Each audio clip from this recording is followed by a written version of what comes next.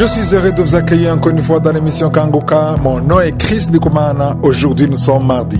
J'ai une parole pour encourager toute personne qui écoute cette émission et qui a le cœur brisé. On peut connaître des temps difficiles jusqu'à un point où tout devient amer. Je ne sais pas si cela vous est déjà arrivé. C'est quand tu vois des gens rire et ça te met en colère. Tu aimerais que tout le monde entier soit comme toi et soit dans la tristesse. Peu importe le problème que tu as, si c'est la paix qui te manque, si à ton travail rien ne va, si dans ton mariage les choses ne marchent pas, Dieu est la réponse à tout ça. Tout le monde n'a pas les mêmes problèmes. Certains de ceux qui m'écoutent ont beaucoup de problèmes, tandis que d'autres ont des problèmes normaux de tous les jours. Il se pourrait que tu n'arrives pas à prier. Le problème, c'est que lorsqu'on a des soucis, même la force de prier nous manque. Peut-être que tu priais avant, mais à cause de la situation que tu traverses, tu n'as plus envie de prier. Ce matin, j'ai une parole pour t'encourager, une parole pour te dire que même si ta situation est amère, il y a un endroit où tu peux te réfugier et trouver le repos, un endroit où tu peux trouver la solution à ton problème. Il n'y a nulle part où nous pouvons trouver refuge à part en je suis. Un homme peut t'aider, mais il aura toujours une limite. Il peut t'aider pendant un temps, mais il ne le fera pas tous les jours. Un homme reste toujours un homme. Dieu peut se servir d'un homme, ça c'est normal. Mais ne garde pas tes yeux sur un homme, garde tes yeux sur je suis. J'ai une parole pour encourager toute personne qui se sent mal, qui a le cœur brisé, qui n'a plus d'espoir. J'aimerais te dire qu'il y a de l'espoir en je suis. Il connaît ton fardeau. Il connaît ce qui te tracasse. Il connaît même ce que tu ne connais pas. Tu peux te dire par exemple que si tu obtiens ceci ou cela, tu iras bien. Mais je suis seul et c'est lui qui a la réponse. C'est lui qui a la solution à ton problème. Si tu vis l'injustice,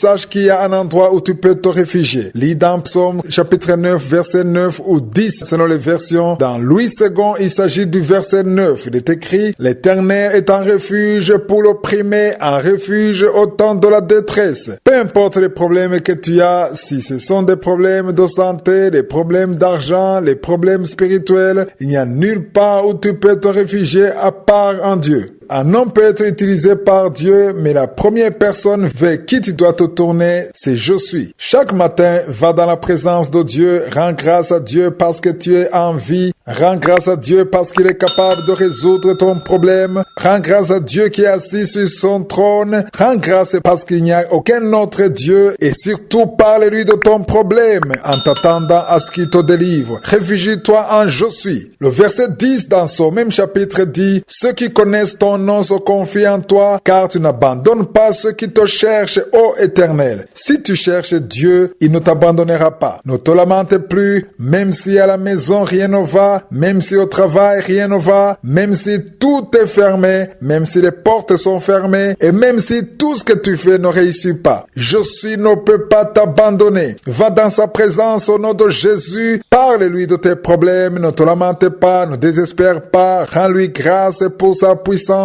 et pour ce qu'il est capable de faire, et ainsi tu verras sa délivrance. Il veut juste que tu te réfugies en lui. Ne te réfugie plus dans les hommes. Trouve ton refuge en je suis, car il est le seul qui a ta vie entre ses mains.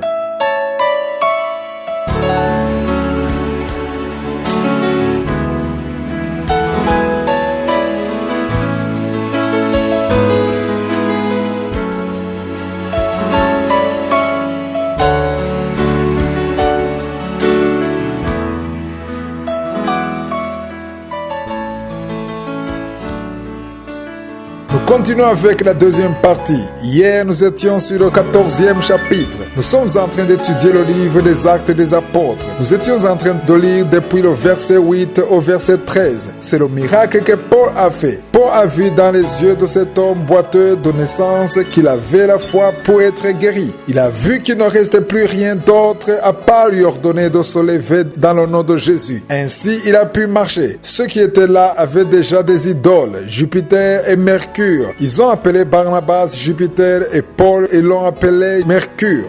J'ai beaucoup aimé les versets 14 et verset 15. Ce passage dit: Les apôtres Barnabas et Paul, ayant appris cela, déchirèrent leurs vêtements et se précipitèrent au milieu de la foule en s'écriant: « Ô hommes, pourquoi agissez-vous de la sorte? Nous aussi, nous sommes des hommes de la même nature que vous, et vous apportant une bonne nouvelle, nous vous exhortons à renoncer à ces choses vaines pour tourner vers le Dieu vivant qui a fait le ciel, la terre, la mer et tout ce qui s'y trouve. » Ce qu'ils n'avaient pas compris, c'est que Paul avait un don, il a prié et Dieu a guéri cet homme boiteux de naissance. C'est Jésus qui a fait le miracle, mais au lieu que les gens voient Jésus, ils ont malheureusement vu Paul. Au lieu de voir le Dieu qui a créé le ciel et la terre, ils ont vu Paul. Même aujourd'hui, les gens peuvent admirer un homme de chair et de sang et considérer que c'est lui qui fait les miracles. C'est pourquoi il est difficile à certains de comprendre lorsqu'on leur dit que c'est Dieu qui guérit. Un serviteur de Dieu doit toujours avertir à ceux qui l'écoutent que ce n'est pas lui qui guérit, mais que c'est Dieu qui guérit. Il y a une chose que j'ai beaucoup aimé chez Paul et Barnabas. Ils ont refusé d'accepter que la gloire de Dieu leur revienne. Ils ont dit qu'ils ne méritaient pas tous ces honneurs, mais que c'est Dieu qui les méritait. Si Dieu fait pour toi un miracle, rends-lui grâce et dis-lui merci à lui seul. Même s'il utilise un homme pour te guérir, même si un serviteur de Dieu prie pour toi et que tu vois le miracle, rends grâce à Dieu pour le serviteur de Dieu qui a prié pour toi, mais que toute la gloire revienne à Jésus qui a fait le miracle. Un homme peut prier, mais celui qui guérit, c'est Jésus seul. Un homme peut t'imposer les mains, il peut prier pour toi, mais celui qui te guérit, c'est le Dieu qui a créé le ciel et la terre. Il est important qu'on le comprenne. Si vous ne le comprenez pas, vous serez comme ces gens-là qu'on nous parle dans la Bible qui croyaient que les deux hommes étaient des dieux alors qu'ils avaient juste des dons. Passons maintenant au chapitre 15. Ce que je veux dire à propos de ce chapitre, c'est qu'il y avait une certaine confusion à propos de la circoncision. Si vous lisez dans le livre de la Genèse, au chapitre 17, versets 10 à 11, Dieu dit à Abraham que pour qu'il y ait alliance entre un homme et Dieu, tout âge confondu, à partir du 8e jour après la naissance, il fallait qu'il y ait circoncision. Par la circoncision, une partie du sexe de tout mâle était coupée et le sang versé était le signe de l'alliance entre cet homme et Dieu. Si vous lisez bien ce 17e chapitre, vous allez voir que ceux qui n'avaient pas pu être circoncis, ils ne pouvaient pas avoir une alliance avec Dieu. Et parfois on leur faisait du mal, on les exterminait parmi le peuple de Dieu, car le fait de ne pas se faire circoncire était considéré comme la violation de la loi de Dieu. Dans Kanguka de demain, je vais vous montrer pourquoi il y avait cette confusion et pourquoi il y a encore une certaine confusion aujourd'hui. Nous le verrons demain si Jésus le veut. Que Jésus vous bénisse. Je vous invite à lire le 15e chapitre.